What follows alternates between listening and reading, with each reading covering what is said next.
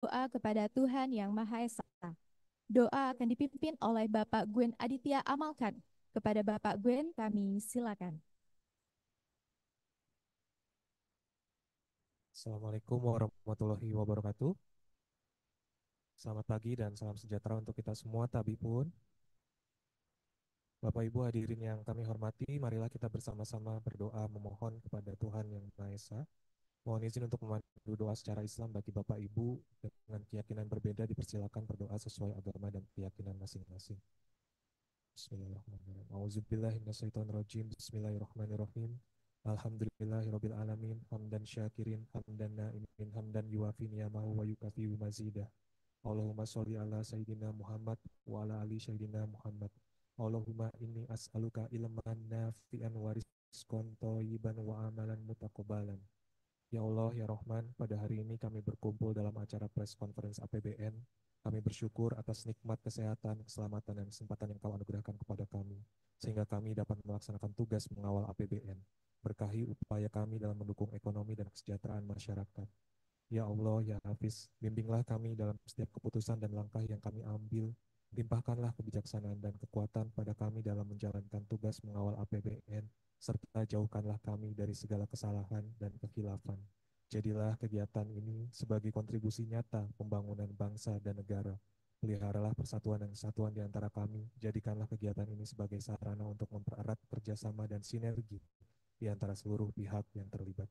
Ya Allah, ya Ghafur, kami mohon ampunan atas segala dosa dan kesalahan kami. Berikanlah kami keteguhan hati untuk selalu berbuat baik dan menebar manfaat bagi sesama. Terimalah doa dan harapan kami ini, serta limpahkan rahmat dan berkah-Mu kepada kami. Rabbana atina fid dunya hasanah wa fil akhirati hasanah wa qina azabannar walhamdulillahirabbil alamin. Wassalamualaikum warahmatullahi wabarakatuh. Terima kasih kepada Bapak Gwen yang telah memimpin doa. Semoga Tuhan Yang Maha Esa senantiasa mengabulkan doa kita semua.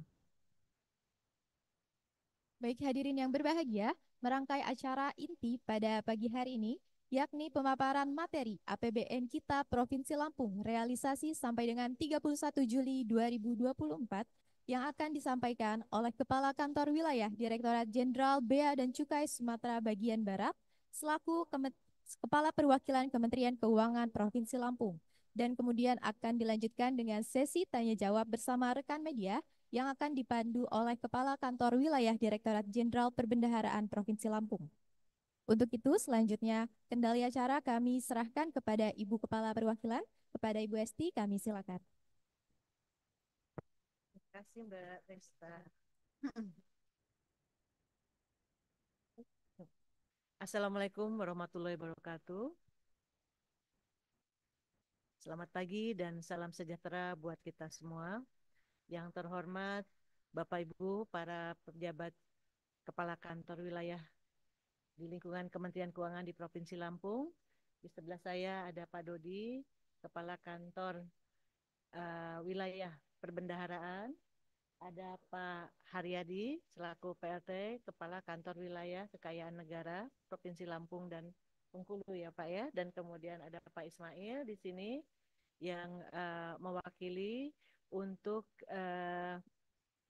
Kakanwil Pajak Provinsi Lampung dan Bengkulu. Tetapi di sini juga ada Bu Rosmauli, Bapak Ibu sekalian, Kepala Kantor Wilayah Pajak Provinsi Lampung dan Bengkulu yang hadir secara online. Selamat pagi Bu Rosma. Ya, oke baik. Serta para pejabat dan para pegawai di lingkungan Satker Kementerian Keuangan di Provinsi Lampung, serta juga para awak media, rekan-rekan media yang hadir pada hari ini yang sangat kami hormati dan kami banggakan. Terima kasih banyak sudah hadir pada kesempatan pagi hari ini dalam acara konferensi pers untuk APBN kita regional Lampung pada bulan Agustus ini untuk realisasi sampai dengan 31 sampai dengan 31 Juli 2024. Baik, Bapak Ibu sekalian, kami harapkan bahwa dengan adanya konferensi pers ini, termasuk juga di dalamnya nanti akan kami paparkan terkait pencapaian pendapatan dan belanja negara, serta dampak dari kondisi global. Dan kami sangat berharap bahwa informasi ini nantinya akan memberikan gambaran yang jelas mengenai perkembangan APBN dan kontribusinya terhadap ketahanan ekonomi Lampung. Oke, lanjut. Nah, Bapak Ibu sekalian, kita langsung saja ya terkait dengan kinerja, bagaimana sih kinerja APBN Regional Lampung ini sampai dengan Juli 2024.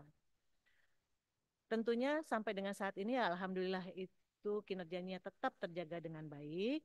Namun demikian memang di tengah ketidakpastian suasana global pada saat ini, APBN Lampung terus mendukung stabilitas dan pertumbuhan ekonomi pada triwulan 2 2024 ini dan juga kita harapkan akan terus terjaga sampai dengan ke depan. Meskipun menghadapi berbagai tantangan ketidakpastian global. Seperti apa ketidakpastian global itu? Yaitu meliputi berbagai macam faktor. Contohnya, adanya konflik geopolitik antara Rusia dan Ukraina, dampak scaring dari pandemi COVID-19, perubahan iklim yang semakin intens, serta ketegangan dalam konflik Israel, Palestina, dan Israel-Iran telah menciptakan tantangan signifikan bagi perekonomian global. Situasi ini berkontribusi pada semakin rentannya rantai pasok global, krisis energi, penurunan supply demand komoditas global, dan volatilitas harga CPO. Ketidakstabilan ini menyebabkan gangguan yang mempengaruhi di berbagai sektor industri. Risiko makroekonomi dan fiskal tetap semakin nyata. Ketidakpastian global masih mempengaruhi neraca perdagangan luar negeri dan aktivitas investasi domestik yang berdampak pada outlook bisnis dan penerimaan negara yang berhubungan dengan supply demand komoditas unggulan dan industri pengolahan, tidak terkecuali di Provinsi Lampung. Dampak dari ketidakpastian global tersebut terhadap masyarakat terus dimitigasi melalui belanja pemerintah di regional Lampung. Meski menghadapi berbagai tantangan global, perekonomian Lampung menunjukkan ketahanan yang cukup kuat. Pada triwulan 2 2024, ekonomi Lampung tumbuh sebesar 4,8% year on year, menguat dibandingkan dengan triwulan yang sama tahun sebelumnya, yang tercatat 4% year on year. Angka ini mencerminkan kapasitas ekonomi Lampung untuk pulih dan berkembang, meskipun dalam kondisi yang tidak menentu. Oke, lanjut. Berikutnya adalah terkait bagaimana akun dari APBN, realisasinya seperti apa. Kinerja APBN Regional Lampung hingga 31 Juli 2024 tetap positif dan memperkuat ketahanan ekonomi regional. Belanja negara tumbuh akseleratif, sementara pendapatan negara juga mengalami penguatan. Realisasi total pendapatan negara mencapai 5,79 triliun atau 51,71% dari target, tumbuh 0,29% year on year. Mungkin slide yang sebelumnya, Mbak, yang sebelumnya lagi ya. Nah, ini Bapak Ibu sekalian ya. Pertumbuhan ini terutama didorong oleh peningkatan kinerja pendapatan negara bukan pajak sebesar 4,06% year on year yang banyak bersumber dari layanan Badan Layanan Umum atau BLU. Meskipun penerimaan perpajakan masih mencatat kontraksi sebesar minus 0,29% year on year, tren ini semakin membaik didukung oleh pertumbuhan pajak penghasilan, bea masuk, cukai, dan pajak lainnya. Namun demikian, bea keluar dan pajak pertambahan nilai serta pajak bumi dan bangunan masih mengalami kontraksi akibat imbas ketidakpastian global. Kemudian kita lihat realisasi total belanja negara sebesar 18,72 triliun atau 57,43% dari pagu. Tumbuh 6,25% year on year, didorong oleh percepatan penyerapan anggaran belanja pemerintah pusat atau belanja kementerian lembaga dan penyaluran dana transfer ke daerah. Belanja barang dan belanja pegawai mencatatkan pertumbuhan double digit sebesar 19,52% year on year. Sedangkan penyaluran dana TKD tumbuh 1,54% year on year. Didukung oleh peningkatan dana alokasi umum atau DAU yang mendominasi belanja negara serta percepatan penyaluran dana desa dan insentif fiskal seiring dengan penyempurnaan kebijakan Kementerian Teknis dan Kinerja Penyaluran Daerah. Defisit anggaran regional Lampung hingga 31 Juli 2024 itu sebesar 12,92 triliun rupiah, meningkat 9,16% year on year. Pelebaran defisit ini menunjukkan upaya ekspansif APBN dalam menghadapi tantangan dari fluktuasi harga komoditas dan ketidakpastian global di regional Lampung. Oke, slide selanjutnya ya. Hingga Juli 2024, belanja negara di Lampung didominasi oleh belanja pegawai dan belanja barang, terutama untuk pemilu dan infrastruktur. Fungsi pendidikan, ketertiban, dan keamanan itu memperoleh porsi terbesar, dengan fungsi pelayanan umum mengalami peningkatan signifikan. Penyerapan anggaran belanja pemerintah pusat terrealisasi sebesar 5,51 triliun, di mana mencatat pertumbuhan 19,52% year on year, dengan pertumbuhan double digit pada komponen belanja pegawai dan belanja barang yang masing-masing tumbuh 16,42% dan 29,77% year on year. Dari sisi belanja negara, komposisi distribusi belanja pemerintah pusat ya, BPP per jenis anggaran hingga Juli 2024 menunjukkan bahwa belanja pegawai mendominasi dengan proporsi 47,72%. Diikuti oleh belanja barang sebesar 44,66%. Peningkatan signifikan pada belanja belanja pegawai sebesar 16,42% dibandingkan tahun lalu disebabkan oleh kenaikan gaji ASN, pembayaran THR, serta gaji ke-13. Belanja barang juga mengalami peningkatan yang cukup tinggi sebesar 29,77% year on year, didorong oleh belanja untuk pemilu dan persiapan pilkada, serta bantuan untuk pengembangan prasarana pertanian. Sebaliknya, belanja modal mengalami kontraksi sebesar 7,47% dibandingkan tahun lalu. Meskipun demikian, secara persentase, belanja modal menunjukkan akselerasi sebesar 32,02% year on year berkat realisasi pembangunan irigasi, fasilitas bendungan, dan prasarana konektivitas darat. Belanja bantuan sosial terkontraksi 12,87% year on year disebabkan oleh proses penetapan SK penerima KIP yang belum selesai. Realisasi terbesar untuk bantuan sosial di Lampung adalah untuk pendidikan melalui UIN, Raden Inter, dan IAIN Metro. Dalam hal distribusi belanja per fungsi pendidikan memiliki proporsi terbesar sebesar 24,1%, diikuti oleh fungsi ketertiban dan keamanan sebesar 23,86%, serta fungsi pelayanan umum sebesar 17,81%. Selain itu, fungsi pelayanan umum mengalami peningkatan terbesar sebesar 64,73% dibandingkan tahun lalu, termasuk belanja untuk pemilu dan persiapan pilkada. Berikut adalah contoh realisasi belanja pemerintah pusat yang langsung menyentuh masyarakat hingga Juli 2024. Sebanyak 6.298 mahasiswa menerima Kartu Indonesia Pintar Kuliah, dan 53.837 siswa memperoleh bantuan operasional sekolah yang mencerminkan komitmen pemerintah dalam meningkatkan akses dan kualitas pendidikan. Dalam upaya memperkuat literasi, 599 generasi muda telah terbina melalui program literasi. Di sektor kesehatan, 131.650 keluarga dengan balita menerima pendampingan 1.000 hari pertama kehidupan. Sementara 1.700 keluarga mendapat bantuan pangan dan gizi, serta 8.782 keluarga menerima bimbingan perkawinan. Pada bidang pemberdayaan ekonomi, 330 nelayan telah dilatih tentang sistem jaminan mutu, dan 199 industri kecil menerima pendampingan kewirausahaan yang menunjukkan upaya pemerintah dalam meningkatkan kesejahteraan dan daya saing masyarakat.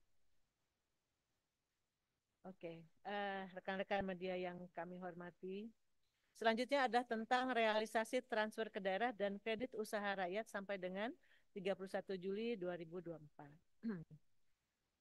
Kita lihat di slide ini bahwa hingga akhir Juli 2024, penyaluran dana transfer ke daerah di Lampung tumbuh secara lumayan bagus. Peningkatan ini didorong oleh realisasi positif dana alokasi umum, dana alokasi khusus fisik, dana desa, dan insentif fiskal. Selain itu, subsidi bunga pemerintah melalui penyaluran kredit usaha rakyat atau KUR juga tumbuh signifikan. Hingga akhir Juli 2024, penyaluran dana transfer ke daerah atau TKD mencatatkan pertumbuhan sebesar 1,54% dibandingkan tahun lalu, mencapai 13,2 triliun rupiah atau 59,23% dari total pagu. Peningkatan ini terutama dipengaruhi oleh realisasi positif dana alokasi umum atau DAU, dana alokasi khusus DAK, fisik, dana desa, dan insentif fiskal. Sementara itu penyaluran dana bagi hasil atau DBH, DAK non-fisik, dan hibah mengalami kontraksi secara year on year. Realisasi DAU meningkat 9,23% year on year menjadi 8,72 triliun rupiah berkat peningkatan alokasi untuk blok grant dan pendanaan kelurahan, serta percepatan penyaluran DAU penggajian PPPK. Penyaluran DAK fisik tumbuh 0,84%, mencapai 320,69 miliar rupiah. Meskipun masih terdapat kendala dalam percepatan penyaluran, terutama untuk bidang lingkungan hidup, pertanian, dan sanitasi.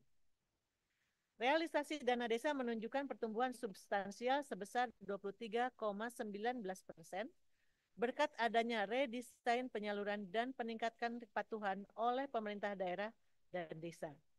Selain itu terdapat penambahan pagu insentif fiskal sebesar 30,37 miliar rupiah untuk 5 daerah di Lampung sebagai penghargaan kinerja pengendalian inflasi, yaitu Provinsi Lampung, Kota Bandar Lampung, Kabupaten Lampung Barat, Kabupaten Lampung Selatan, dan Kabupaten Pringsewu. Sementara penyaluran KUR di Lampung sampai dengan Juli 2024 itu mencapai 5,84 triliun atau 64,46% dari plafon. Dengan total 114.005 debitur atau 95,13% dari target. Jumlah penyaluran ini meningkat signifikan dibandingkan periode yang sama tahun sebelumnya, yakni tumbuh 50,03% year on year, dengan pertumbuhan terbesar pada daerah Lampung Tengah sebesar 76,69%. Rekan-rekan yang berbahagia, selanjutnya kita lihat bagaimana realisasi penerimaan perpajakan sampai 31 Juli 2024. Sampai dengan Juli 2024, penerimaan pajak menunjukkan pertumbuhan yang membaik secara keseluruhan, dengan pajak penghasilan mengalami kenaikan signifikan. Sementara pajak pertambahan nilai dan pajak bumi dan bangunan mengalami kontraksi. Hal ini diakibatkan oleh sektor industri pengolahan masih menghadapi tantangan akibat penurunan harga dan aktivasi ekonomi. Sedangkan sektor perdagangan dan jasa keuangan mulai menunjukkan pertumbuhan kuat. Hingga Juli 2024, total penerimaan pajak mencapai 4,47 triliun rupiah, mencapai 50,63% dari target, serta tumbuh positif sebesar 2,80% dibandingkan tahun lalu. Meskipun pertumbuhan ini secara keseluruhan menunjukkan kemajuan, risiko ketidakpastian global terhadap industri pengolahan memberikan dampak khususnya pada PPN. Sementara penerimaan pajak penghasilan atau PPH mencapai 2,22 triliun atau 56,18% dari target, dengan kenaikan 8% dibandingkan tahun lalu. Sebaliknya PPN mengalami penurunan sebesar minus 1,94% dibanding tahun lalu, yaitu mencapai 2,07 triliun rupiah dan baru mencapai 45,41% dari target. Sedangkan PBB turun sebesar minus 26,84% menjadi 75,04 miliar rupiah ya, year on year, dengan pencapaian 48,87% dari target. Pajak lainnya yang meliputi berbagai jenis pajak selain PPH, PPN, dan PBB menunjukkan kinerja positif dengan pertumbuhan sebesar 34,85% year on year dan mencapai 65,31% dari target. Sektor industri pengolahan mengalami kontraksi sebesar minus 18,16% dari tahun lalu, memberikan kontribusi 24,42% terhadap total penerimaan pajak. Hal ini terutama disebabkan oleh penurunan harga dan kegiatan ekonomi pada industri gula pasir, pati ubi kayu, dan minyak mentah. Di sisi lain, sektor perdagangan besar tumbuh sebesar 4,75% dari tahun lalu, berkontribusi 24,52% dari total penerimaan. Didorong oleh lonjakan dalam perdagangan kopi, teh, dan kakao yang meningkat 80,06% dari tahun lalu. Sementara sektor administrasi pemerintahan mencatat pertumbuhan 11,65% year on year dan menyumbang 16,65% year on year dari total penerimaan. Berkat peningkatan pembayaran PPh pasal 21 dan pasal 22 dari pemerintah daerah, sektor jasa keuangan dan asuransi menunjukkan pertumbuhan signifikan sebesar 22,92% dari tahun kemarin dengan kontribusi 10,79% dari total penerimaan, didorong oleh aktivitas ekonomi yang lebih tinggi pada bank umum konvensional. Sementara pada sektor pertanian, kehutanan, dan perikanan tumbuh 2,96% dari tahun lalu, memberikan kontribusi 5,58% dari total penerimaan. Sejalan dengan peningkatan kegiatan ekonomi dalam pembibitan dan budidaya sapi potong. PPN dalam negeri atau PPNDN mengalami kontraksi sebesar minus 4,5% year on year dengan kontribusi 37,57% dari total penerimaan, akibat penurunan harga beberapa komoditas dan perlambatan aktivitas ekonomi. Sementara PPh 21 meningkat sebesar 22,79% dari tahun kemarin dengan kontribusi 22,44% dari total penerimaan, berkat peningkatan kepatuhan pembayaran wajib pajak. Sebaliknya, PPh badan terkontraksi sebesar minus 14,4% dari tahun lalu dengan kontribusi 11,13% akibat perlambatan aktivitas ekonomi awal tahun. PPh final dan PPh orang pribadi masing-masing tumbuh 10,47% year on year dan 19,62% year on year dengan kontribusi 7,25% dan 1,33% dari total penerimaan. Hal ini berkat peningkatan pelaporan SPT tahunan dan pembayaran ketetapan pajak. PPN impor juga mengalami pertumbuhan sebesar 10,85% dari tahun lalu, berkontribusi 8,81% dari total penerimaan, seiring dengan peningkatan aktivitas impor di beberapa sektor. Dalam memitigasi risiko fiskal yang ada, Kanwil DJP Bengkulu dan Lampung aktif melaksanakan penyuluhan perpajakan, seperti pelaksanaan edukasi perpajakan dalam bentuk BIMTEK maupun asistensi pelaporan pajak kepada WPOP maupun WP Badan. Materi yang disampaikan itu terkait proses bisnis, aplikasi dan regulasi Korteks, dan kesadaran pajak ya atau hak dan kewajiban warga negara. Oke, selanjutnya Bapak Ibu sekalian terkait dengan realisasi penerimaan kepabeanan dan cukai sampai Juli 2024. Hingga Juli 2024, kinerja penerimaan bea cukai dan bea masuk dan cukai menunjukkan tantangan akibat ketidakpastian global. Meskipun demikian, terdapat pertumbuhan substansial dalam bea masuk dan lonjakan dalam penerimaan cukai, terutama untuk rokok elektrik.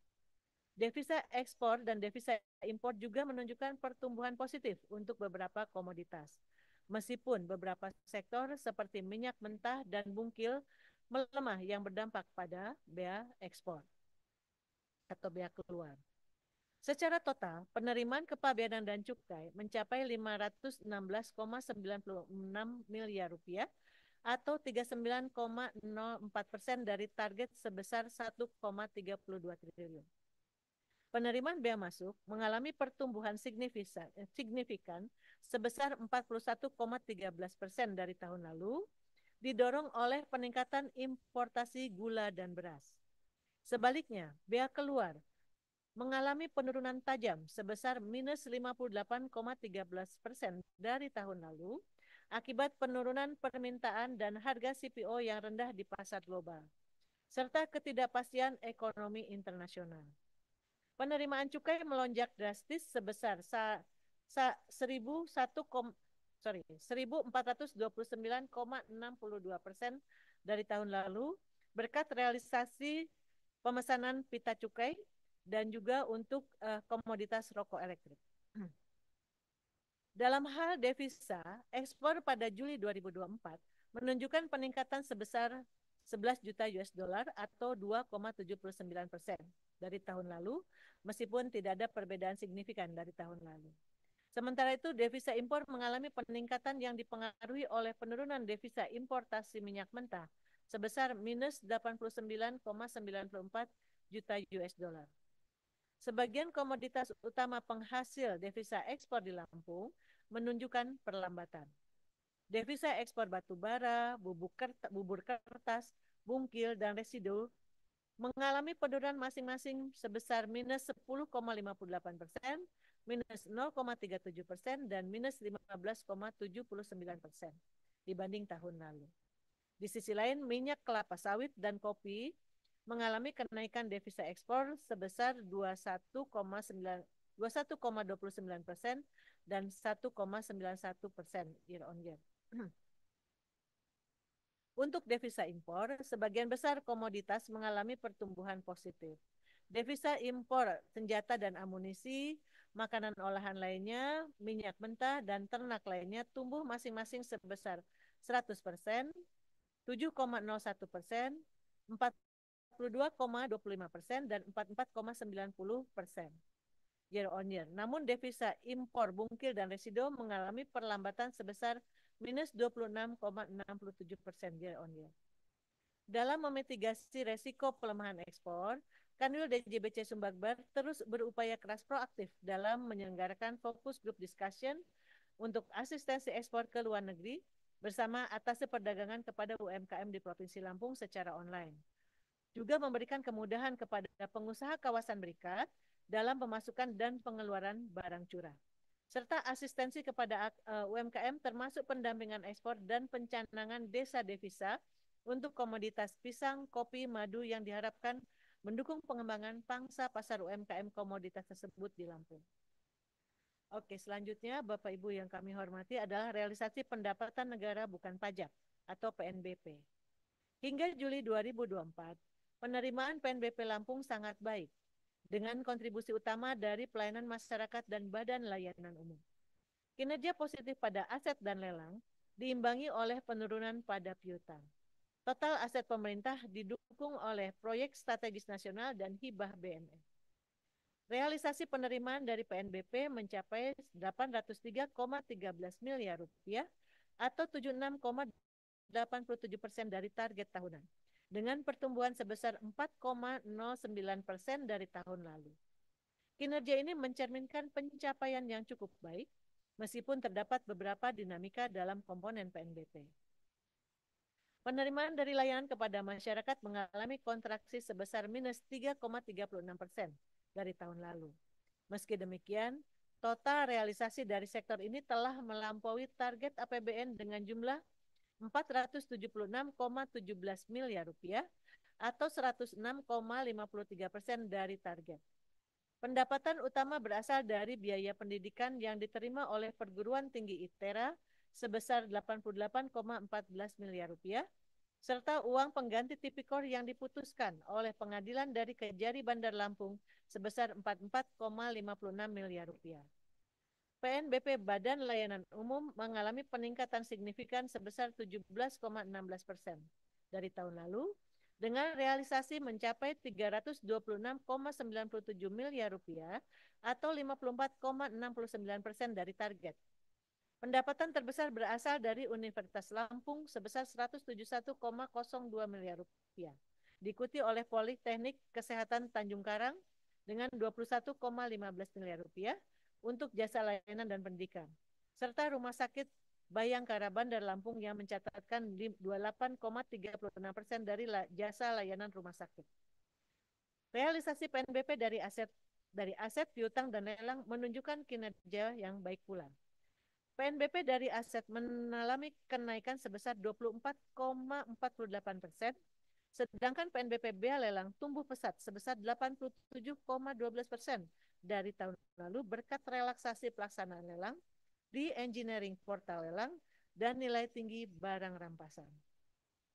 Total aset pemerintah di Provinsi Lampung per 31 Juli 2024 mencapai 80,38 triliun dengan total 2,46 juta item aset. Provinsi Lampung juga menerima dukungan dari 4 proyek strategis nasional, termasuk 2 bendungan, Marga 3 dan Wai Sekampung, dan 2 proyek tol Trans Sumatera. Selain itu, hibah BMN berupa tanah kebun induk seluas 800.000 meter persegi dari BRIN dan 1 unit kapal patroli DKKP senilai 147,59 juta rupiah untuk Dinas Kelautan dan Perikanan, turut mendukung tugas dan fungsi pemerintah daerah. Oke, selanjutnya. Baik Bapak Ibu, semoga ini yang terakhir ya, slide terakhir. Awas juga saya ternyata bicara terus ya. Oke, Bapak Ibu yang kami hormati, ini adalah bagaimana upaya dan mitigasi resiko dari Kemenq 1 Lampung untuk mendukung peningkatan kapasitas ekonomi dan fiskal di regional Lampung. Kemudian kita lihat dari masing-masing kanwil yang ada, apa saja yang sudah kami lakukan. Dari Kanwil DJBC Sumatera Bagian Barat, kami berperan dalam memberikan edukasi kepada calon pekerja migran melalui orientasi pra-pemberangkatan atau OPP dan menyelenggarakan FGD asistensi ekspor ke luar negeri untuk UMKM di Provinsi Lampung secara hybrid. Kegiatan tersebut bertujuan untuk meningkatkan produktivitas dan daya saing UMKM di Lampung. Selain itu, DJBC juga memberikan bimbingan kepatuhan kepada perusahaan penerima fasilitas kepabeanan dan memfasilitasi pengusaha kawasan berikat dengan kemudahan dalam pemasukan dan pengeluaran barang. Pendampingan UMKM juga dilakukan dalam pendampingan untuk ekspor dan pencanangan desa devisa untuk UMKM komoditas pisang, kopi, dan madu, bekerjasama dengan LPEI. Sementara dari Kanwil DJP Lampung dan Bengkulu, berfokus pada optimalisasi pencapaian penerimaan pajak melalui program berbasis pengawasan pembayaran massa atau PPM. Upaya DJP mencakup peningkatan kepatuhan pendaftaran wajib pajak atau WP dengan memanfaatkan data dari BUMDes, BUMDesma, serta data IMB atau PBG untuk meningkatkan kualitas baseline data. DJP juga melaksanakan kegiatan edukasi perpajakan, publikasi penyampaian SPT tahunan oleh pejabat, tokoh masyarakat, dan influencer, serta pengawasan pembayaran dan penyetoran oleh wajib pungut. Penelitian dan tindak lanjut data perpajakan dilakukan untuk meningkatkan kepatuhan dan optimalisasi penerimaan pajak dengan program dan kegiatan pokok yang meliputi pengawasan, pemeriksaan, penilaian, dan penegakan hukum. Sementara Kanwil DJPB atau Perbendaharaan Provinsi Lampung aktif dalam berbagai forum koordinasi pengelolaan keuangan negara atau FKPKN sebagai Regional Economist dan Financial Advisor. Kanwil DJPB menyusun kajian fiskal regional triwulanan serta terlibat dalam tim pengendalian inflasi daerah atau TPID untuk sinergi, sinkronisasi, dan harmonisasi program dengan pemerintah provinsi, kabupaten, atau kota, juga mengatasi inflasi daerah. Selain itu, Kanwil DJPB juga mendukung tim percepatan akses keuangan daerah atau TPKAD dalam penyaluran kredit usaha rakyat atau KUR di Lampung dan berkontribusi dalam Forum Investasi Lampung atau FOILA untuk mendukung peluang investasi daerah. Komite Daerah dan Keuangan Syariah atau KDEKS juga mendapatkan perhatian dengan tujuan mempercepat dan memperluas pengembangan ekonomi dan keuangan syariah untuk memperkuat ketahanan ekonomi daerah Lampung. Sementara Kanwil DJKN ataupun Kekayaan Negara Bengkulu dan Lampung fokus pada re-engineering portal lelang yang terintegrasi untuk mempermudah proses lelang dan memberikan pembinaan kepada pemohon serta balai lelang. DJKN juga menggerakkan produk-produk lelang dari UMKM melalui kedai lelang UMKM. Selain itu, DJKN juga melakukan inventarisasi dan penilaian atau IP atas aset yang idle dan mengukur kesesuaian penggunaan BMN dengan standar SBSK untuk mengoptimalkan pemanfaatan aset. Pengukuran tingkat kesesuaian penggunaan BMN dan penganugerahan Rex Banda BMN Award dilakukan untuk menghargai kinerja dalam pengelolaan aset dan mendorong KL untuk memanfaatkan BMN secara optimal. Oke, selanjutnya ini yang terakhir terkait dengan kesimpulan dari tadi semua, Bapak Ibu yang kami hormati. Jadi yang pertama adalah tingkat dinamika global saat ini masih sangat tinggi, dipengaruhi oleh berbagai faktor seperti ketegangan geopolitik, penurunan aktivitas ekspor-impor, kontraksi dalam sektor industri pengolahan, serta volatilitas di pasar keuangan dan harga komoditas. Ketidakpastian ini memberikan tantangan yang signifikan bagi perekonomian global. Meskipun menghadapi tantangan tersebut, pertumbuhan ekonomi Lampung pada kuartal 2 tetap positif, sebesar 4,80% year on year. Tepuk tangan dulu kita untuk Lampung. Hebat Lampung ini ya Pak ya. Pertumbuhan ini didorong oleh konsumsi yang kuat dan adanya perbaikan dalam beberapa sektor ekonomi. Keberhasilan ini menunjukkan ketahanan ekonomi daerah dan efektivitas kebijakan ekonomi yang diterapkan. Kinerja APBN Lampung hingga Juli 2024 on track dengan belanja negara yang tumbuh secara akseleratif dengan kualitas yang terus dijaga. Selain itu, upaya mitigasi terhadap perlambatan penerimaan negara akibat ketidakpastian global terus dilakukan dengan fokus pada strategi yang adaptif dan responsif. Dalam upaya menghadapi ketidakpastian dan tantangan global, peran APBN terus dioptimalkan sebagai shock absorber. APBN berfungsi untuk melindungi masyarakat dan menjaga kestabilan perekonomian di wilayah Lampung. Memastikan bahwa dampak negatif dari situasi global dapat diminimalkan dan stabilitas ekonomi regional tetap terjaga. Baik Bapak Ibu sekalian, terakhir ini selain penutup, terima kasih atas perhatian dan kerjasama Bapak Ibu semua.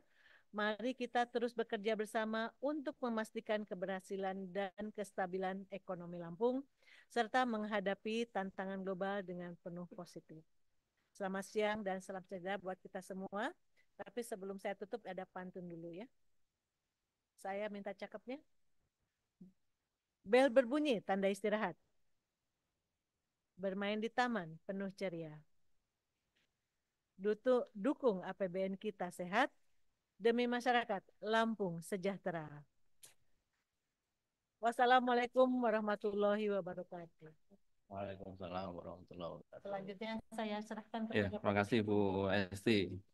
Bel berbunyi, tanda istirahat, silakan istirahat Bu Esti. Sebelum menjawab pertanyaan dari teman-teman media, ini yang boleh nanya hanya teman-teman media ya, yang berseragam ya, yang ada panelnya nggak boleh ya. Kalau mau nanya nanti aja di kantor masing-masing, ke kanwilnya masing-masing ya. Teman-teman tadi sudah disampaikan oleh teman-teman media, tadi disampaikan oleh Bu Esti ya. Bu Esti ini kepala perwakilan Kementerian Keuangan di Lampung ya. Bu Sri Mulyaninya Lampung ya, ada di sebelah kita persilakan untuk istirahat dulu ya. Tadi disampaikan beliau bahwa kondisi global memang masih penuh ketidakpastian yang efeknya imbasnya adalah di kita semua ya. Tetapi ternyata tadi kalau disampaikan Bu Esti tadi ya, bahwa meskipun ketidakpastian masih tinggi ya, efeknya ke kita, ternyata APBN kerja gitu ya. Ya, APBN kita bekerja di sini ya, perannya sebagai shock absorbernya bekerja terlihat dari tadi bahwa kinerja APBN sampai dengan triwulan 2 ya masih on track ya. Kalau tadi lihat dari disandingkan dengan target-targetnya yang disampaikan Bu Esti masih masih ada di rentang itu ya. Dan pertumbuhan Lampung, pertumbuhan ekonomi juga tumbuh positif ya. Tadi disampaikan Bu Esti. Nah, ini kesempatan buat teman-teman media ya, teman-teman media silahkan kalau ada yang mau ditanyakan ya. Di sini sudah ada Pak Ismail ya, Pak Ismail dari Kanwil DJP Bengkulu Lampung ya. Kebetulan Bu Kakan William posisinya masih di Bengkulu ya Pak. Nah, di Bengkulu, tapi mengikuti ya, mengikuti. Kalau Pak Ismail salah jawab disentil, jadi dimonitor dari Bengkulu ya. Kemudian sebelah tadi dari Bea Cukai ada Bu Esti ya, tadi sudah menyampaikan lengkap sekali ya semua terkait kondisi fiskal di Lampung. Kemudian sebelah kanan saya nanti ada Pak Haryadi dari DJKN. Monggo ya, fokus ke sini dulu ya. Ya, fokus ke kondisi fiskal sampai 31 Juli dulu ya, triwulan 2 ya. Soalnya saya tahu teman-teman mau nanya yang lain-lain gitu kan nanti nanti kalau masih ada waktu itu boleh gitu ya. Atau di sesi berikutnya setelah ini selesai. Monggo. Eh, ada yang mau nanya dari teman-teman media? Dua dulu. Dua dulu. Dua dulu. Eh, nggak usah tunjuk-tunjukan, Pak. Itu dari Antara sama TVRI tunjuk-tunjukan dari tadi. Monggo, Bapak. Monggo. Terima kasih hadir di sini. Terima kasih, Pak. Assalamualaikum warahmatullahi wabarakatuh. Aku masih hawar-hawar menyimaknya tadi. Siap.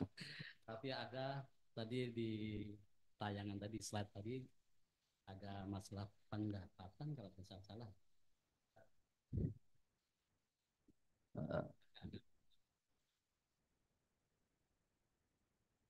Terkait apa? Biar nanti dimunculin sama teman-teman. Terkait apa, Pak?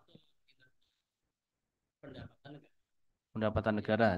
Nah, teman-teman coba dimunculin deh. Di sini pendapatan negara baru mencapai 51%. Tidak salah ini. Nah, sementara untuk belanja negara sendiri 57% atau defisit defisit 9,16%. Nah, ini penyebab daripada defisit ini apa sih yang sebenarnya? Apakah karena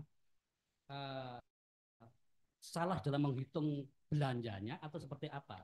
Atau karena penyebabnya sendiri, apakah karena adanya faktor kemarin pemilu atau pilkada yang akan datang sehingga terjadi pembengkakan dari belanja negara itu sehingga mengalami suatu defisit itu. Itu yang pertama. Ataukah memang dari pendapatan dari pajak? Karena di tadi disampaikan pada waktu tadi bahwa kontribusi untuk sektor industri, pengolahan industri itu juga mengalami suatu kontraksi kan itu, mengalami suatu kontraksi seperti terjadi pada gula dipengaruhi oleh gula dan pertanian yang lainnya. Nah, sementara produksi yang salah satu contoh untuk di Lampung saja itu untuk PTPN 7 untuk produksi gulanya saja itu ditargetkan 42 juta ton kalau tidak salah seperti itu. Nah, itu belum termasuk yang lain. Sehingga kami mau tidak mau kan pajaknya pasti akan tinggi juga kan gitu. Nah, apakah ini karena ada pengemplangan dari mereka yang tidak mau membayar atau seperti apa gitu, terutama dari pihak-pihak swasta mungkin kalau yang punya BUMN kan mungkin karena mereka membayar langsung kepada negara mungkin sedikit lah mungkin kalau terjadi pengemplangan gitu. Itu untuk sementara itu Pak. Terima kasih. Wassalamualaikum warahmatullahi wabarakatuh. Waalaikumsalam warahmatullahi wabarakatuh. Tadi pertanyaannya terkait ini ya, kok bisa defisit segede ini gitu ya? Apakah karena targetnya perhitungannya kurang cermat gitu ya, atau ada bengkak pembelanjaan atau pendapatannya gitu ya? Pendapatan dari sisi pajak mungkin tadi menyorotinya apakah karena adanya pajak-pajak yang tidak dibayar dengan benar gitu ya oleh WP ya. Yang kedua, monggo. Nah, monggo Mbak.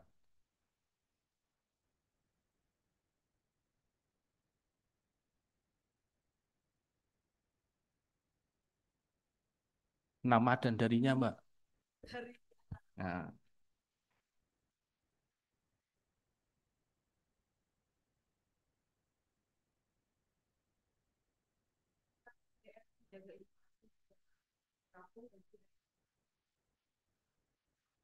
Lampung menargetkan tahun 2025 pertumbuhan itu 5,3% dan juga volatile food itu jadi salah satu penyumbang menjaga itu Pak. Lalu untuk apa namanya tadi juga disebutkan juga peranan dari APBN untuk bidang pendidikan dan juga kesehatan. Bagaimana sih Pak? Saya ingin tahu ini seperti apa? yang mana? Gimana, gimana? Yang kedua apa tadi? Apa namanya pendidikan kesehatan Pak? APBN. Karena kan kita mau menuju generasi emas 2045 Pak. Seperti apa? Lalu untuk BMN, bagaimana optimalisasinya dan juga realisasinya boleh dijelaskan secara rinci. BMN, barang milik negara. Oke. Bagaimana apa tadi? Oh, pengelolaan dan optimalisasi. Satu lagi deh, ya harus ganjil soalnya ya nggak boleh genap. Oke, dari RRI ini. Aku Ya. Pak dari LRI, Pak. Nah, oke. Sedikit sih Pak.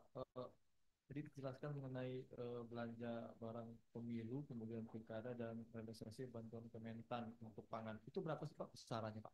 Belanja untuk Belanja barang pemilu, pilkada, kemudian realisasi bantuan Kementan untuk pangan itu berapa sih Pak besarannya Pak?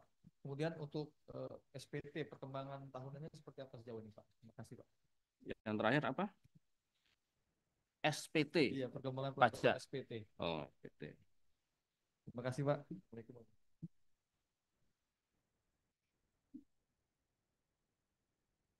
Terima kasih. Sudah ada 3 pertanyaan dari TVRI, dari Antara, dari RRI. Nah, ini baru dari lembaga medianya pemerintah nih semua nih ya. Kita harapkan nanti dari teman-teman yang lain ya. Pertama adalah dari TVRI. Kok bisa gitu ya? Ada defisit segitu gedenya. Kenapa gitu ya?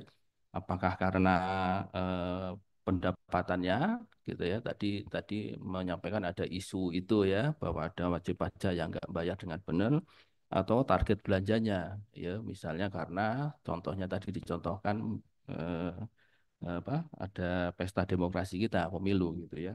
Kemudian itu ya itu dulu. Ini siapa nih yang mau jawab nih ya?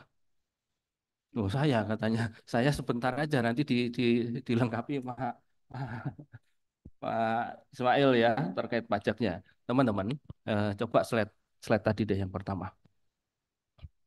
Harusnya moderator kan nggak boleh jawab ya. Oke, teman-teman, ini disclaimer ya, disclaimernya kita semua yang ada di sini. Jadi angka-angka ini adalah yang dibebankan kepada kami. Kami ada berempat di sini. Pajak ada targetnya, bea cukai ada targetnya, kemudian DJKN juga ada targetnya, dan kami ada pagu pengeluaran. Kalau di Perben ada pagu belanja itu yang menjadi target kita untuk dibelanjakan. Jadi di luar ini ada nggak? Ada, ya ada. Makanya kalau kita ngomong defisit, ya defisit ini defisit atas apa yang kami kelola saja, ya atas apa yang kami kelola saja. Ya, memang kalau kita ngomongin defisit sejauh ini yang tidak defisit itu hanya ada yang di Jawa kok, ya. Karena pusatnya pusat ekonomi masih ngumpulnya di sana. Sehingga pajak-pajaknya itu paling besar di Jawa ya Pak Ismail ya. Jadi kalau kita ngomongin ada nggak sih yang nggak defisit? Ada yang nggak defisit, ada beberapa lokasi ada di Jawa ya, termasuk Jakarta mungkin ya. Mungkin Jakarta itu menyumbang surplusnya secara nasional. Jadi defisit ini angka yang tidak terlalu menjadi isu sebenarnya sepanjang secara nasional defisit yang ditetapkan 2,29, kalau nggak salah outlook-nya kita 2,7 ya di 2024 itu tidak terlampaui. Jadi itu yang kita jagain ya. jagain dengan apa? Ya belanjanya tadi. Belanjanya harus disiplin, target atas pendapatannya juga harus kita jagain diusahakan untuk kita capai bahkan kalau bisa melebihi target. Jadi apakah ada penggelembungan? Saya kira nggak ada karena sudah dihitung di awal, Bapak. Ya, angkanya sudah dihitung. Bahkan kalau apa kata kuncinya untuk pemilu itu belanjanya dioptimalkan, gitu ya. Ya, kemarin kita ngobrol dengan teman-teman dari KPU. Sedangkan untuk untuk pilkada nanti diefisienkan. Ya, jadi kemarin kita sudah cukup cukup optimal di pemilu sehingga tadi dari KPU dan Bawaslu itu penyumbang belanja barang yang cukup signifikan juga meskipun tidak utama di situ ya sehingga belanja kita bisa sampai 57,43. Jadi kalau tadi ditanya kok gede banget defisitnya ya tadi ini adalah angka angka di mana jumlah pendapatan ya dari target yang ditetapkan kepada kami semua itu masih memang lebih kecil dibandingkan pagu belanja ya yang harus dikeluarkan melalui kami semua di Provinsi Lampung. Itu kalau target pendapatannya berapa sih total? Kalau nggak salah ada di targetnya saya ingatnya belanja. Kalau belanja itu pagu kita ada di 32 sampai 33 triliun. Itu sudah kita belanjakan 18,7 triliun ya. Jadi kalau kalau ini berarti 10 triliunan ya, 10 triliun hampir 11 triliun ya, itu target pendapatannya. Jadi itu Bapak ya. Kalau kita ngomong benar nggak defisit anggaran seprovinsi Lampung segini, ini tidak menunggu kan tidak mengcapture angka yang real sebenarnya, tapi hanya atas angka yang ada di kami, ya, yang uangnya melalui kami dan yang uangnya ada di kami untuk kita salurkan untuk dibelanjakan, itu sih, ya. Nah, sekarang tugas Pak Ismail ini menjawab gitu kan, apa? Iya,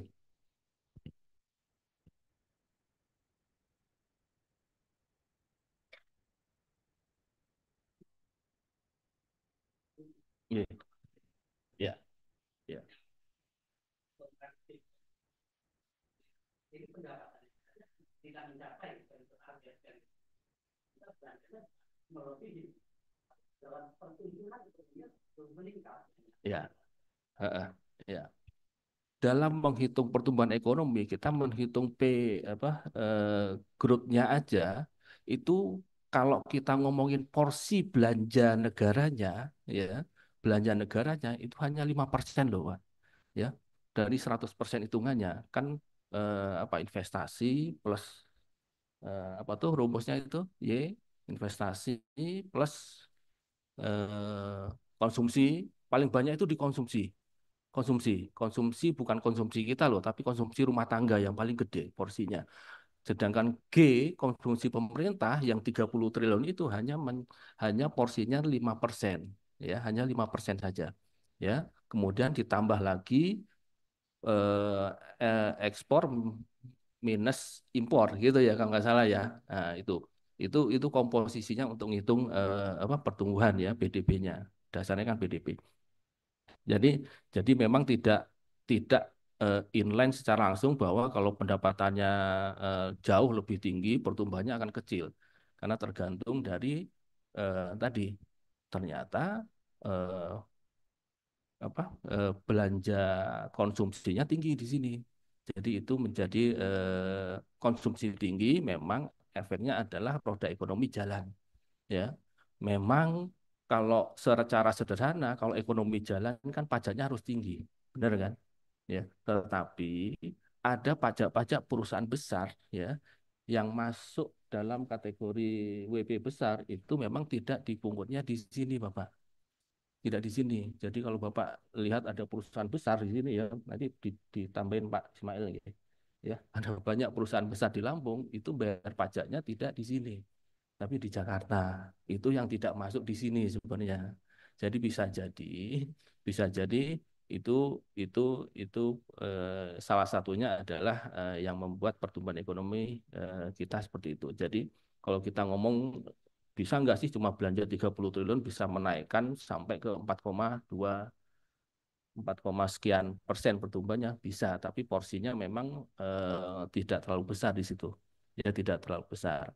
Tetapi kita harapkan belanja 30 triliun itu memberikan efek multiplier. Misalnya kita bangun jalan, benerin jalan gitu kan. Efek multiplier ini kan ada pasti kan. Usahanya jadi jadi tambah lancar, jalur distribusinya jadi lebih cepat. Cepat itu yang kita harapkan sebenarnya. Nah, saya kira itu Pak, ya. Jadi kalau kita ngomong apakah bisa langsung, tidak secara langsung memang bisa nampak di situ karena unsurnya banyak, termasuk ekspor impor sebenarnya, ya ekspor impor. Ya, neraca perdagangan kita juga harus dipertimbangkan dalam menghitung tadi pertumbuhan ekonomi. Ya, monggo Pak Ismail. Bismillahirrahmanirrahim. Assalamualaikum warahmatullahi wabarakatuh. Ini ada Bu Ros, Pak. Siang, Bu. Apakah Ibu Oh, ada Bu Ros, saya berkenan tawarkan ke memberikan tambahan, Bu? Bu Kanwil dulu. Monggo Bu Ros. Bu Ros.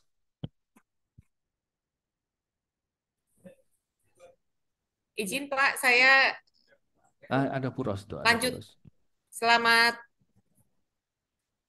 selamat siang Ibu Esti, Pak Dodi, Pak Riyadi. Saya mengikuti ya Pak, silakan Pak Ismail. Bu Ros Mauli. Nah, ini nih, Bu Ros. Masih mute, Ibu. Masih mute.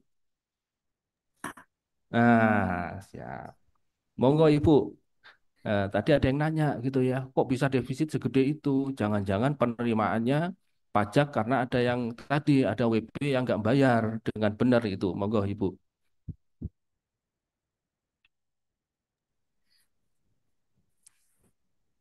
Oke. Baik, terima kasih Pak Dodi. Selamat siang rekan-rekan media.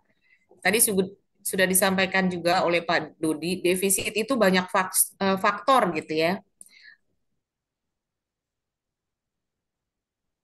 Banyak pengaruh dari kalau soal penerimaan memang banyak faktor yang mempengaruhi seperti faktor ekonomi dan saat ini memang banyak dipengaruhi oleh harga komoditas yang juga banyak di lingkungan Bengkulu dan Lampung seperti harga komoditas kopi, harga komoditas kelapa sawit. Kalau soal jumlah wajib pajak yang melakukan pembayaran sebetulnya mengalami peningkatan dibandingkan dengan tahun lalu. Tapi memang faktor eksternal sangat kuat sehingga memang perlu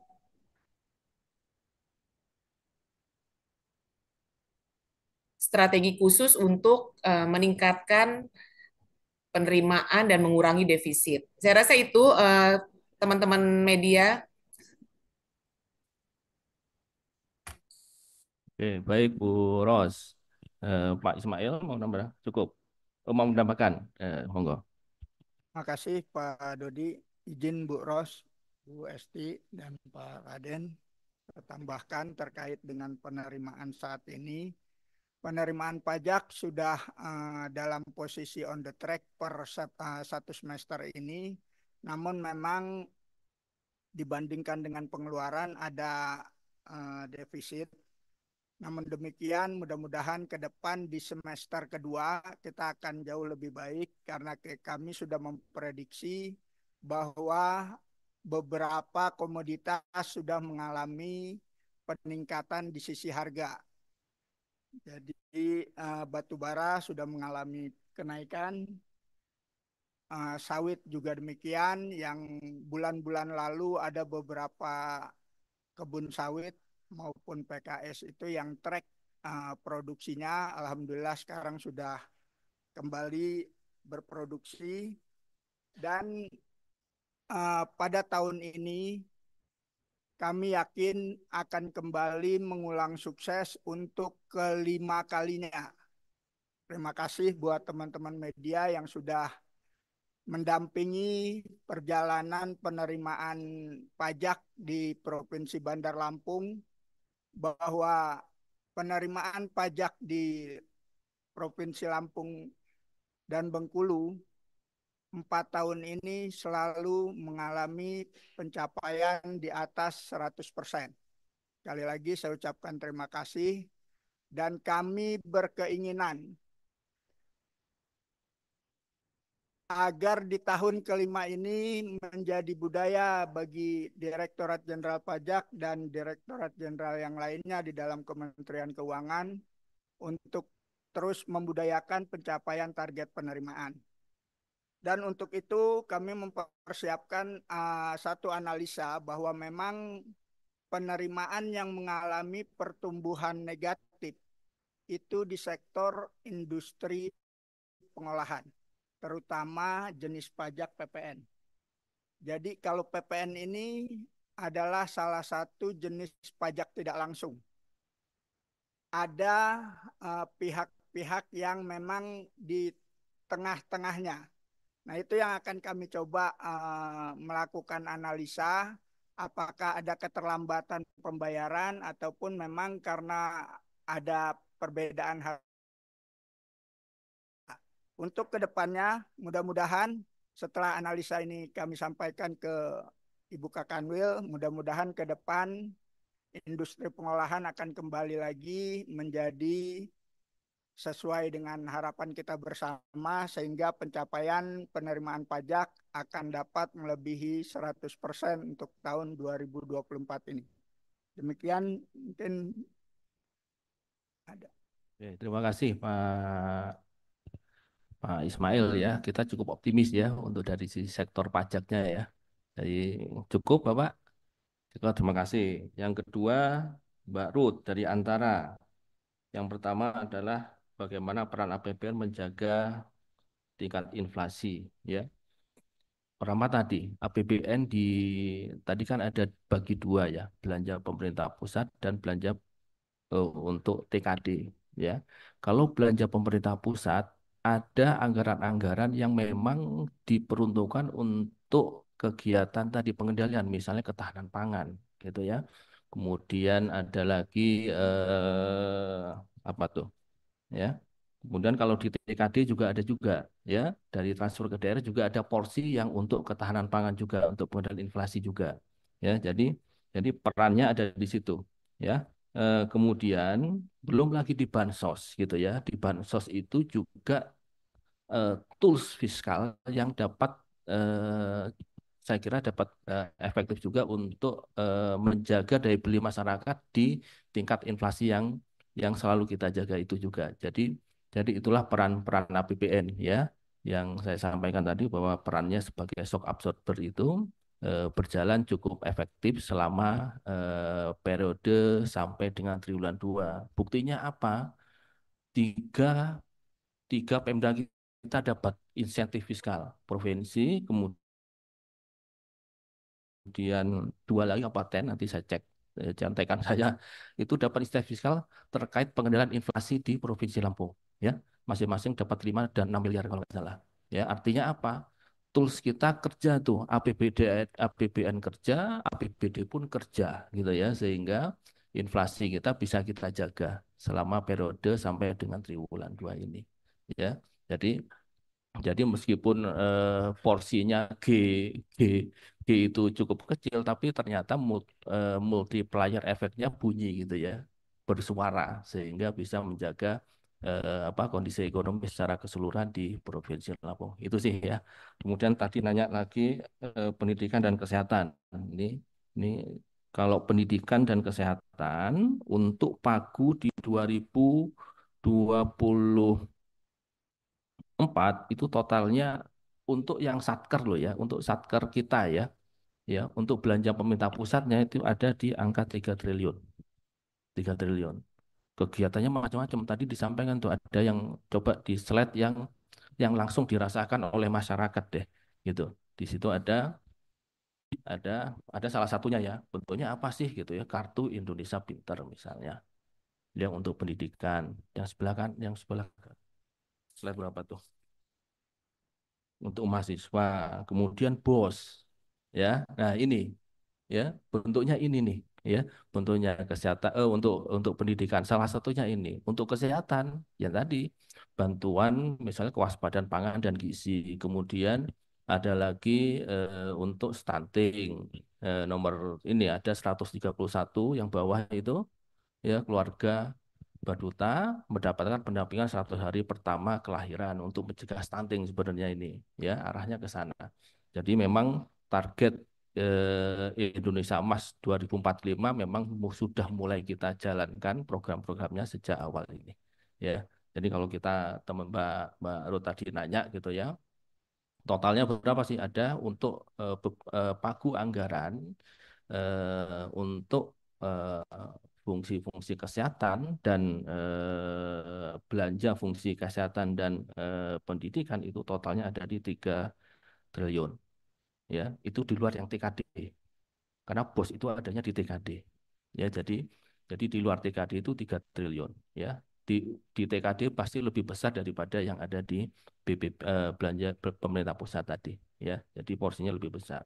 Apa aja sih itu? Kalau kegiatannya bisa program kesehatan masyarakat, pelayanan kesehatan masyarakat, JKN juga masuk di situ, kemudian pembangunan keluarga kependudukan dan keluarga berencana masuk di programnya kesehatan, kemudian pencegahan pengendalian penyakit itu juga ada, pagunya ada 5 miliaran, ya. Kemudian pendidikan dan pelatihan vokasi masih di sektor kesehatan itu ada juga. Kemudian pengawasan obat dan makanan itu masuk dari belanja untuk fungsi-fungsi kesehatan. Untuk pendidikan ada kegiatan olahraga, kualitas pengajaran dan pembelajaran, KIP, BOS gitu ya. Program PAUD wajib belajar 12 tahun, pemajuan pelestarian bahasa dan kebudayaan itu juga masuk gitu ya. Total memang yang paling banyak untuk program pendidikan tinggi itu ada 1 triliun lebih, ya. Ya, yang lain itu ada dukungan manajemen 1 triliun, kemudian yang PAUD tadi ada sekitar PAUD sampai wajib belajar 12 tahun itu ada 100 miliar lebih, ya. Ya, dan rata-rata sudah terrealisasi di atas 50%, ya belanjanya. Itu ya, Burut ya. Nah, cukup. Detail detail angkanya monggo nanti bisa setelah sesi ini, ya. Pertanyaan ketiga dari Mbak Ruth tadi yang terkait BMN tuh, Pak Haryadi, ya, pengelolaan gimana sih dan optimalisasinya yang ada di Provinsi Lampung.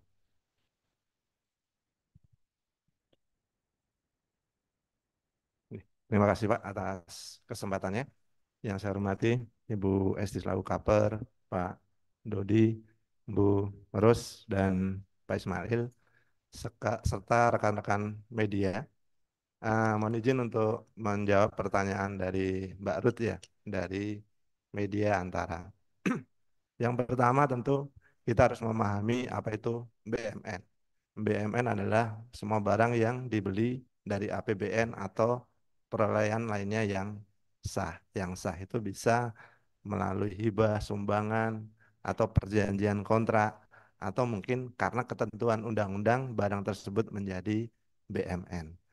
Nah, saya ingin menambahkan terkait dengan informasi BMN yang ada di Provinsi Lampung. Nilai BMN yang ada di Provinsi Lampung itu kurang lebihnya sekitar 80 T. 80 T. Bentuknya seperti apa aset-asetnya? Itu terdiri dari aset tanah, bangunan, rumah negara, alat-alat. Nah, ini detail banyak. Itu ada sekitar 2 juta NUK atau 2 juta jenis barang. Nah, barang-barang apa yang bisa kita lakukan pemanfaatan atau optimalisasi? Tentunya adalah aset berupa tanah atau mungkin bangunan. Nah, eh, bagaimana cara kita melakukan pengelolaan? Mungkin kita harus memahami dulu bahwa kita harus mengetahui siklus dari BMN itu. Siklus BMN itu dimulai dari perencanaan BMN dulu.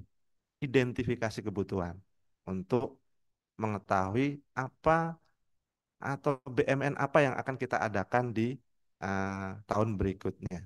Dimulai kemudian kita adakan perencanaan anggarannya, kemudian kita catat, kita gunakan, kita manfaatkan, kita tata usahakan.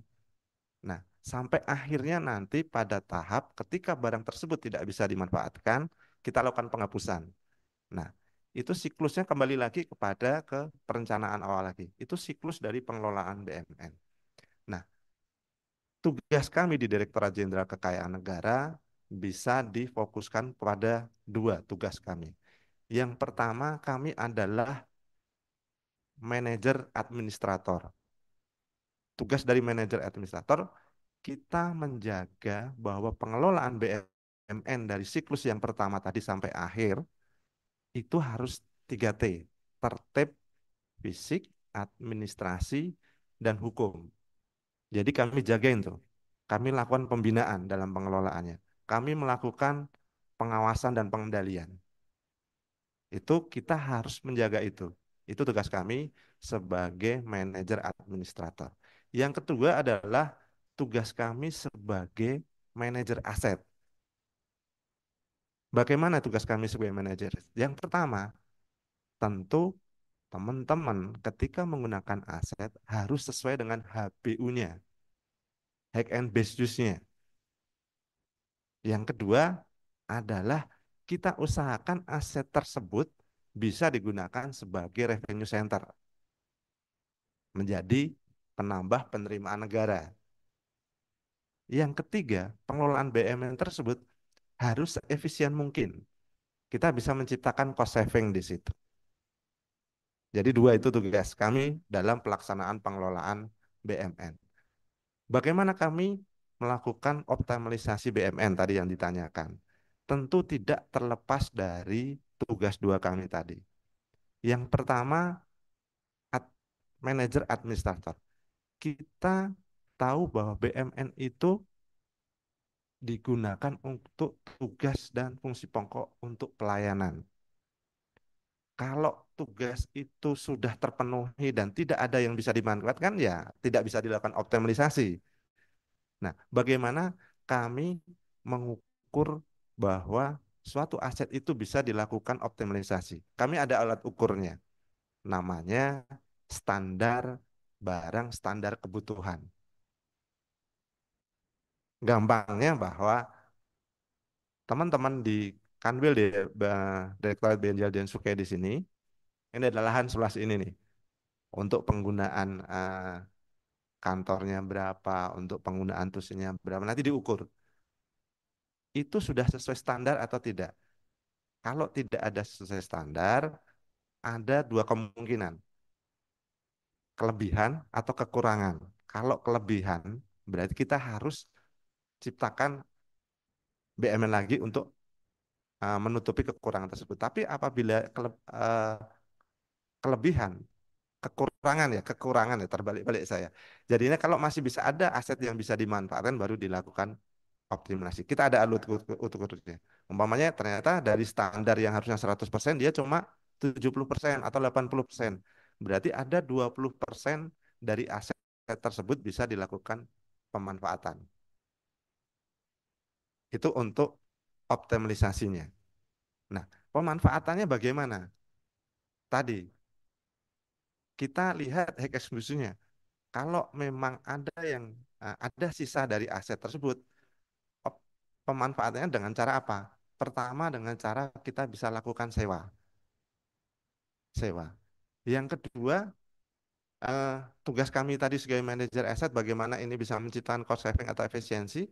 Kalau barang tersebut memang sudah dalam artian sudah dari sisi masa manfaatnya habis, sudah rusak, ya laksanakan lelang supaya barang tersebut masih ketika dilaksanakan lelang masih bisa menciptakan penerimaan negara kembali, masih ada uang cost saving yang bisa jadi malah tidak dipelihara sehingga menciptakan biaya pemeliharaan yang tinggi. Nah, itu ada dua tadi. Jadi pemanfaatannya kita bisa melakukan sewa dan juga kita bisa melakukan pemindah tanganan atau penghapusan tadi melalui lelang. Kita juga bisa untuk optimalisasi aset, kita bisa pinjam pakaikan kepada pihak lain. Ternyata aset tersebut penggunaannya tidak optimal. Ternyata ada kementerian lembaga lain atau mungkin dari teman-teman pemerintah daerah yang membutuhkan, kita bisa lakukan optimalisasi dengan cara apa? Kita bisa pinjam pakaikan. Kalau diperlukan, kita bisa melakukan hibah kepada teman-teman pemerintah daerah. Mungkin gambaran sedikit terkait dengan pengelolaan BMN seperti itu, Mbak Ruth. Mungkin kalau ada yang perlu ditanyakan kembali nanti akan saya perjelas. Terima kasih, Pak. Oke. Terima kasih Mbak Haryadi. Gimana Mbak Ruth? Cukup? Ya nanti diberi ruang lagi untuk koordinasi apa? Pendalaman lagi ya Pak Haryadi, monggo. Pertanyaan terakhir dari RRI, belanja terkait KPU. Itu maksudnya terkait pemilu gitu ya dan pilkada ya. Karena nggak hanya KPU aja tuh yang terkait dengan pemilu dan pilkada gitu ya. Ada Bawaslu di situ, ada kepolisian di situ, ada Kementerian Pertahanan di situ gitu ya. Tapi kalau khusus yang Bawaslu dan KPU itu pagu awal ya, pagu awalnya itu eh, KPU ya, KPU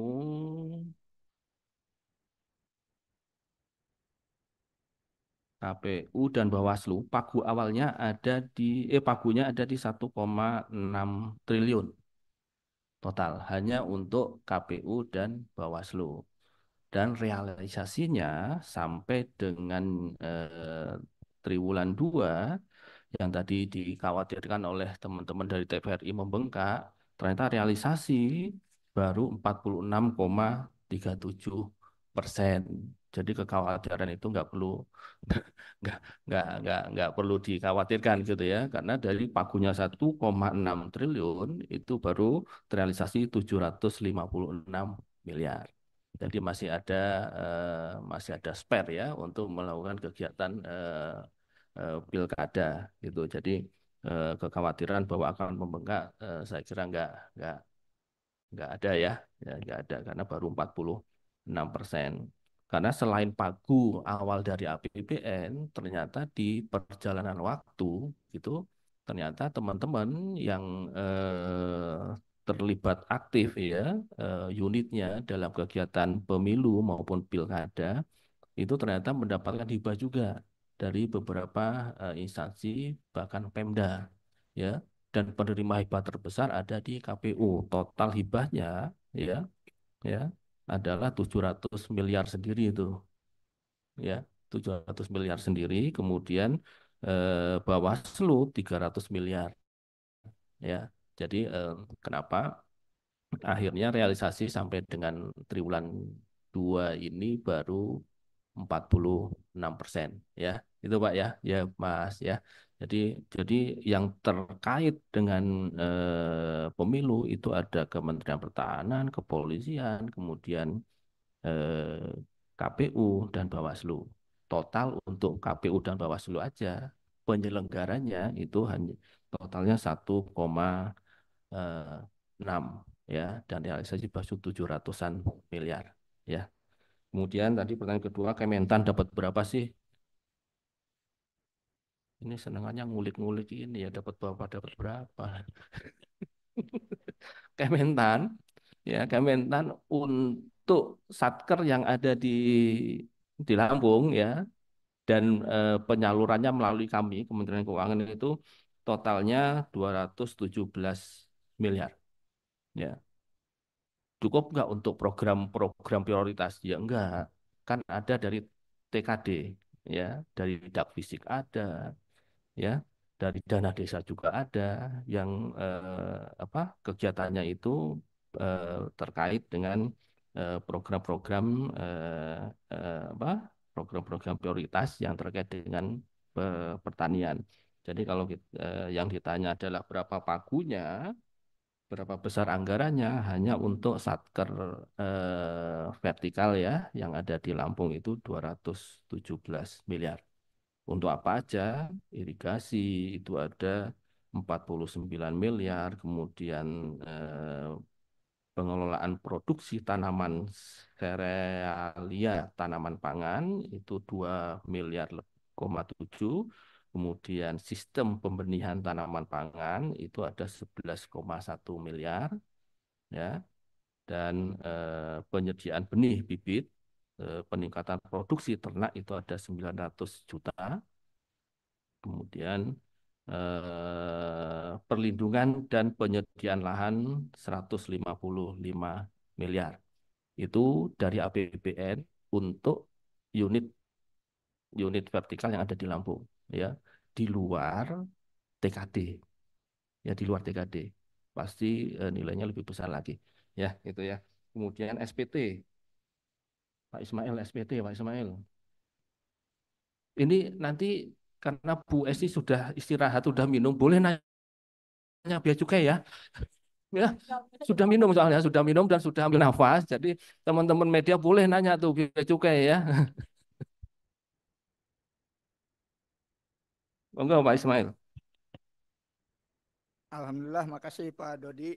Terkait SPT, puji syukur Alhamdulillah kita panjatkan kehadirat Allah Subhanahu wa Ta'ala bahwa sampai saat ini kepatuhan SPT sudah mencapai 97%. Dan saya sangat mengucapkan terima kasih kepada teman-teman jurnalis yang berkeinginan mengetahui perkembangan SPT ini, karena memang dengan kepatuhan SPT ini alhamdulillah kita kembali diberikan penganugerahan kantor wilayah terbaik se-Direktorat Jenderal Pajak yang pertama. Jadi terima kasih dari sisi pelayanan kami mendapatkan kantor wilayah terbaik. Dari sisi penerimaan juga kami saat ini sudah mencapai target penerimaan 4 kali berturut-turut melebihi 100%. Dan alhamdulillah sekarang puji Tuhan kami mendapatkan kanwil yang sangat-sangat care terhadap penerimaan. Bahkan sampai saat ini Ibu Kakanwil mengunjungi seluruhnya. Jadi bukan hanya kantor-kantor yang ada di Lampung, tapi juga beliau mengunjungi kantor-kantor yang ada di Bengkulu. Mudah-mudahan dengan semangat kita bersama, kepatuhan perpajakan yang kita terus edukasikan ke wajib pajak, penerimaan pajak tahun 2024 ini kembali bisa tercapai dan membawa penerimaan real. Bukan hanya patuh menyampaikan SPT, tapi juga penerimaan pajaknya dibayarkan dengan sebagaimana mestinya. Dan yang perlu kita syukuri juga bahwa kepatuhan SPT saat ini di saat-saat kita mengalami pertumbuhan negatif di sektor industri. Artinya sektor corporate ini ada kekurangan pembayaran, pertumbuhan pembayarannya. Alhamdulillah kepatuhan sektor orang pribadi meningkat sangat drastis di tahun ini.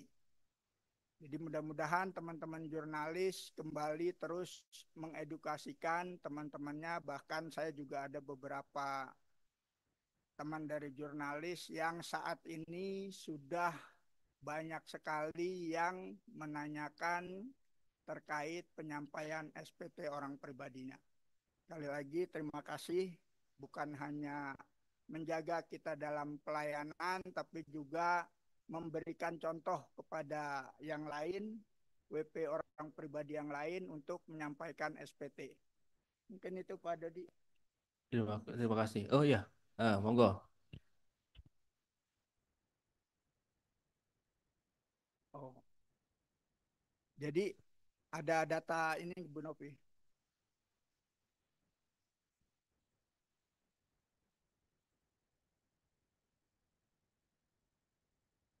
Lima 40.000 dari 40.000. 540.000. Mungkin nanti data.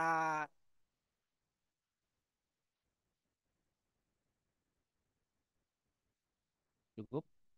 Oke, terima kasih. Tadi disampaikan terkait ada peningkatan yang luar biasa ya terkait kepatuhan kepatuhan WP ya Pak Ismail ya, dan itu terima kasih ya peran teman-teman media nih ya. Ya karena uangnya balik ke kita lagi kok. Baliknya ke kini lagi, ke belanja yang 30 triliun itu tuh. Ya, dari pajak yang dibayar itu balik lagi. Balik lagi ke ke dalam bentuk belanja tadi, ya. Nah, kalau tadi defisit lo ngambil dari mana sisanya? Dari mana-mana, dari pajak yang dibayar di Jawa, dari pajak yang dibayar di Kalimantan itu untuk nutup defisit-defisit tadi. Ya, saya kira itu. Ini saya buka dua pertanyaan lagi nih ya. Dua atau satu Bu Esti? Ya, dua atau satu? Monggo. Ya, silakan. Dua aja ya maksimal ya. Siapa dan dari mana ya Mas ya?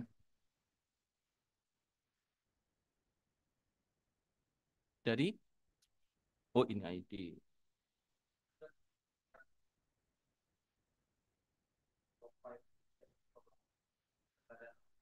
Wah,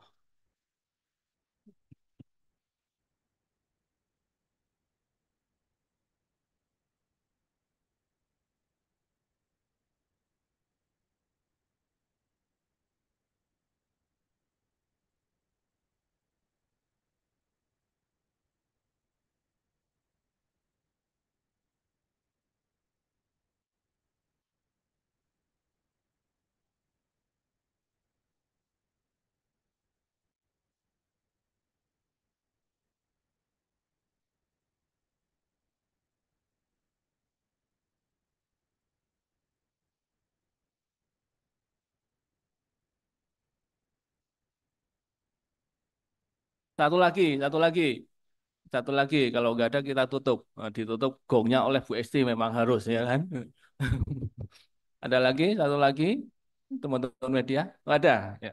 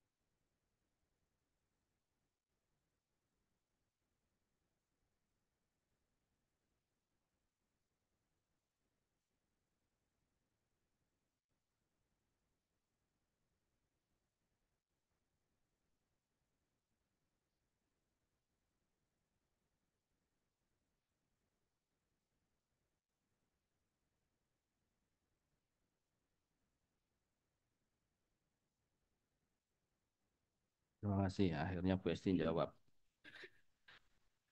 Tadi terlihat tuh gede gitu ya. Nomor satu lagi ya. Impor senjata dan amunisi gitu ya. Apa iya itu gitu ya. Itu dipakai di Lampung apa cuma pintu masuk aja gitu ya. Kemudian kenapa sih nggak dioptimalkan UMKM-nya aja kok pakai senjata itu ya impor gitu ya. Saya nangkapnya itu aja sih. Ya kalau kurang ditambahin ya. Yang lama nggak apa Bu Esti ya. Udah istirahat dulu. Oke, itu dulu ya Bu Esti ya, kenapa yang top 5. Misalnya paling atas tadi 100% lagi. 100% karena tahun lalu nggak ada gitu kan ya. Monggo Bu Esti. Terima kasih tadi Pak Yosep ya. Oh, Joshua. Joshua Sorry dari namanya. ini IT. Oke, baik. Terima kasih atas pertanyaannya. Jadi memang impor senjata dan amunisi ini juga bukan suatu yang sifatnya rutin gitu ya. Jadi yang pada kali ini memang diimpor oleh Kemenhan, dalam hal ini Mabes TNI, dan itu Lampung hanya melalui pintu masuknya saja. Seperti itu. Jadi penggunaannya untuk di mana kami juga tidak tahu juga, tapi ini ya memang mereka mengimpornya melalui Lampung. Seperti itu. Jadi untuk apa namanya, dan kalau tidak salah ya itu untuk peremajaan pengadaan seperti yang rutin lah seperti itu, dan juga untuk pelatihan kalau tidak salah. Tapi itu bukan untuk yang di Lampung Pak, itu secara untuk apa namanya keperluannya mereka yang menentukan dari TNI apa Mabes TNI seperti itu. Dan tadi apa sih hubungannya dengan UMKM ya karena memang kalau UMKM kan belum bisa untuk memproduksi senjata dan amunisi pastinya memang ini semuanya masih diimpor seperti itu ya. Kebijakan mereka mengimpor atau tidak atau memakai yang di dalam negeri itu semuanya memang kita kembalikan ke mereka Pak. Seperti itu karena mereka yang paham terkait dengan masalah apa kebutuhannya seperti itu. Saya kira itu saja Pak, dan ini memang ya saya kira karena memang ini untuk pelatihan peremajaan tidak terpengaruh dengan geopolitik juga. Terima kasih. Ya, itu ya Pak ya, nggak ada hubungannya sama itu ya geopolitik ya, nggak ada ikatannya. UMKM tetap kok. Tadi tuh peran teman-teman juga kelihatan tuh ya, bagaimana mendorong ekspor UMKM ada tuh tadi di slide nomor berapa tuh Bu Esti ya. Jadi UMKM tetap diperhatiin. Tapi kalau Kemenhan butuh apa untuk impor senjata ya kita juga fasilitasi tempatnya dan custom clearance gitu kan ya. Nah, itu ya. Jangan khawatir UMKM tetap dijagain ya. Tadi ada tuh jagain oleh Bea Cukai jagain, DJKN juga jagain, pajak juga jagain. Ya dijagain semua ya. Ya. Kemudian yang kedua dari Lampung Pos, industri pengolahan ini nih Pak Pak Ismail nih. Tadi industri pengolahan kan terkontraksi gitu ya ceritanya ya. Ya, di situ ada gula pasir dan CPO. Padahal kemarin kita tahu katanya Mas dari Lampung Pos tadi Mas Adi kan sempat naik tinggi gitu ya yang menyebabkan inflasi gitu ya. Ya minyak dan gula gitu ya. Masuk bahan volatile gitu ya kalau bahasanya Mbak Ruth gitu ya. Itu. Apakah naik itu bukannya akhirnya industrinya juga semakin berkembang gitu kan gitu ya, permintaan jadi banyak gitu kan, yang produksinya jadi tinggi gitu ya, logika sederhananya gitulah ya Mas ya. Nah, sekarang fakta datanya seperti apa ini adanya di Pak Ismail ini ya, monggo Pak Ismail. Pak Dodi, izin Bu Asti, Pak Raden. Terima kasih dari Lampung Pos yang menanyakan terkait sektor industri pengolahan. Memang tadi sama-sama kita lihat di paparan bahwa sektor industri pengolahan mengalami growth negatif. Awalnya tren ini kami lakukan analisa untuk mencari apa penyebabnya. Karena memang sektor industri ini yang terkait adalah PPN. PPN jenis pajak tidak langsung. Apakah ada kekeliruan dalam mata rantai distribusi? Tapi ternyata penurunan ataupun growth yang negatif ini lebih disebabkan karena pertumbuhan tahun 2023-nya lebih tinggi daripada pertumbuhan saat ini 2024. Sehingga kalau dibandingkan ada semacam penurunan nilai daripada sektor industri pengolahan tersebut. Memang di tahun 2024 di awal tahun untuk sektor gula pasir dan CPO itu mengalami kenaikan. Tapi jika dibandingkan year on year tahun 2023 di saat adanya kendala pasokan di minyak maupun gula, ini sangat-sangat lebih tinggi peningkatan di tahun 2023. Selain itu di tahun 2024 efek dari peningkatan tahun 2023 itu teman-teman yang mengelola di industri pengolahan ini melakukan restitusi di awal tahun.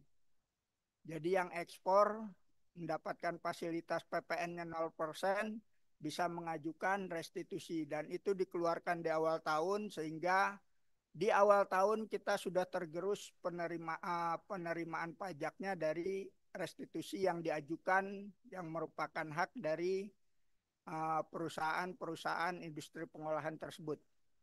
Tapi alhamdulillah mulai semester ini sampai akhir tahun mudah-mudahan kalau dilihat dari trennya kita akan kembali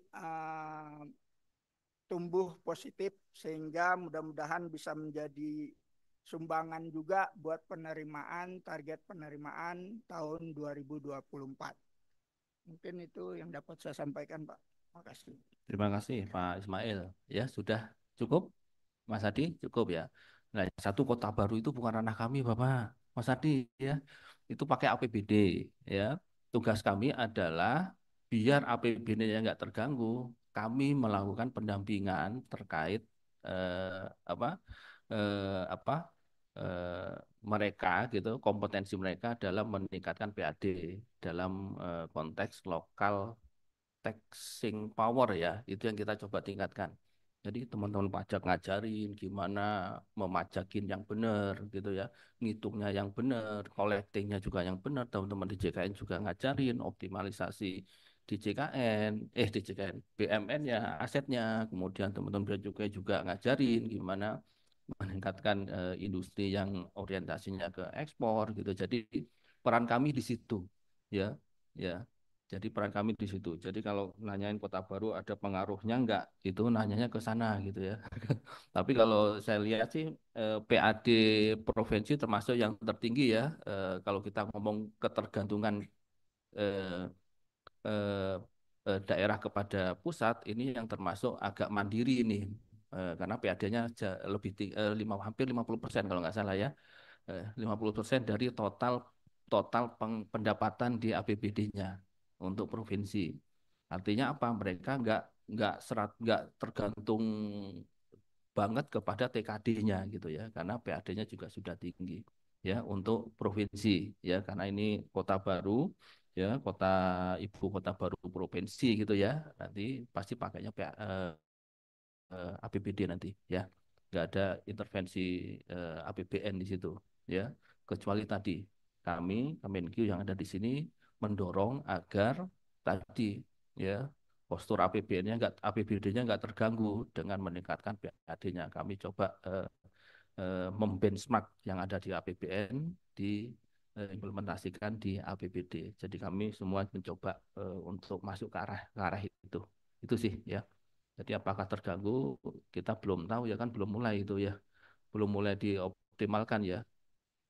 Ya, buktinya itu mangkrak aja nggak terganggu kan, padahal bangunannya udah ada gitu, ya kan, terganggu nggak gitu kan. Apalagi cuma mengoptimalkan aja, cuma menggeser aja sebenarnya. Ya, itu sih ya Mas Adi ya. Jadi bukan ranah kami untuk melihat apakah akan terganggu dari sisi apa APBD-nya gitu ya, postur APBD ya, tapi kami tetap mengupayakan agar posturnya ideal gitu aja sih APBD-nya ya, dengan tusi kami masing-masing itu ya. Saya kira itu ya. Jangan nanya dalam lagi, itu ranahnya APBD ya, Pemprov ya. Saya kira cukup ya, sudah 5 pertanyaan ya. Cukup ya, teman-teman ya. Ya, tadi digongin oleh Bu Esti, dibuka oleh Bu Esti dan digongin oleh Bu Esti ya. Oke, terima kasih teman-teman semua sudah hadir di kegiatan ini dan teman-teman bisa menjadi kanal ya pembelajaran ya. Pembelajaran terkait keuangan negara, kondisi fiskal di Provinsi Lampung kepada masyarakat Lampung ya. Terima kasih, saya kembalikan ke Resta. Baik, kami ucapkan terima kasih kepada seluruh narasumber atas update kinerja APBN terkini di Provinsi Lampung. Marilah kita berikan aplaus yang meriah Bapak Ibu untuk mengapresiasi narasumber pada hari ini. Baik, hadirin yang berbahagia, kita telah ikuti bersama pemaparan materi APBN kita oleh seluruh kepala kantor wilayah di Kementerian Keuangan Regional Lampung. Dan atas materi yang telah disampaikan, kita dapat mengetahui bahwa